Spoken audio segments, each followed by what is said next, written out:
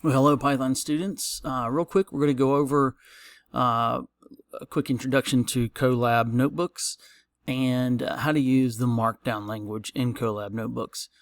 So we'll do this very quickly. You have access to this notebook in Canvas.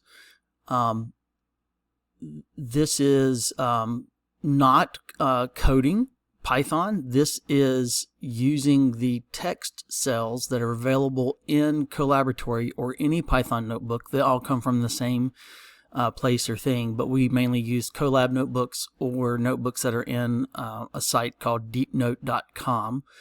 Both excellent resources. But as you know, and have seen in class, Colab notebooks have code cells and text cells. So you can see code and text up here, and if I come over this and highlight, I get the option to add a code cell or a text cell above, or if we went to the bottom of the cell, I can add a code cell or text cell below. Here's a code cell. You can see the code is highlighted. It's got line numbers. The text cell has only the text that I want in it. Now, we use a language called the Markdown language, which is a language that's used. If I double click this, you can see here's what I just saw, and if I hit shift and then enter, it'll render this or show the language. Here's the text, and if I double click this, you can see all the text with all these different formatting tags.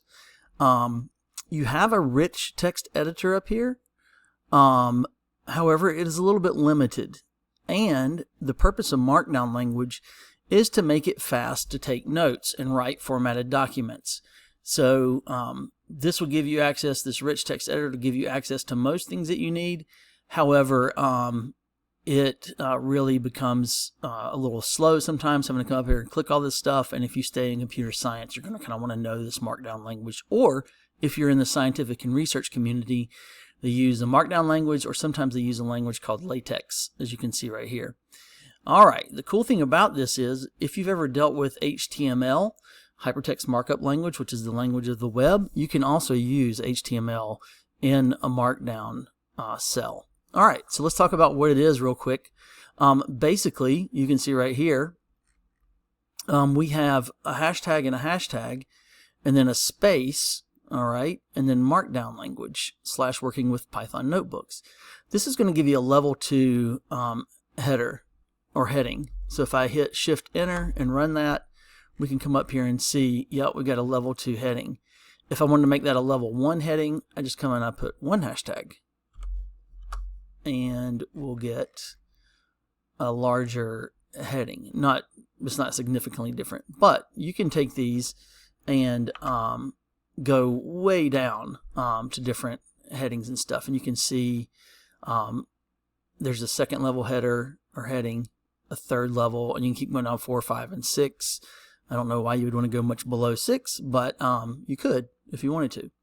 All right, so this is not part of the Edu course.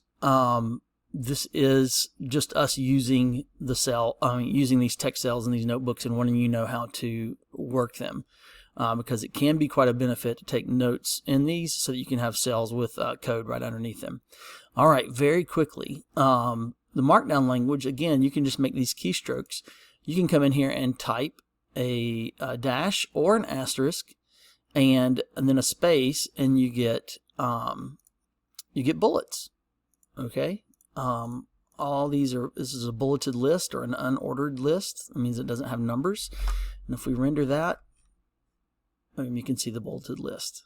Okay, so every element you see here, from horizontal lines to headings to monospace fonts or code formatted fonts, numbered lists, bullets, sub-bullets, sub-sub-bullets, you can see even tables, all kinds of stuff. You can see that that you can do all of these with just keystrokes. And if you become a developer, or again, if you want to take notes very quickly and you're pretty good at typing so that your hands don't have to leave the keyboard, you can do everything here with just keystrokes. And I've given you a couple of links. The markdownguide.org is, and you can even format hyperlinks and stuff in here. This markdownguide.org is a really deep treatment of the Markdown language, and this Markdown cheat sheet is just a really quick reference. Or you can look here and see most everything. You can do things like colored call-out boxes, captions on pictures, all kinds of stuff. All right, so that's your quick introduction to the Markdown language and why you should use it. But coming here, oh, by the way, to run this cell, just like any code cell, to get it to render or show you what it looks like, you just hit Shift, Enter, just like you would any code cell in a Colab notebook or Python notebook.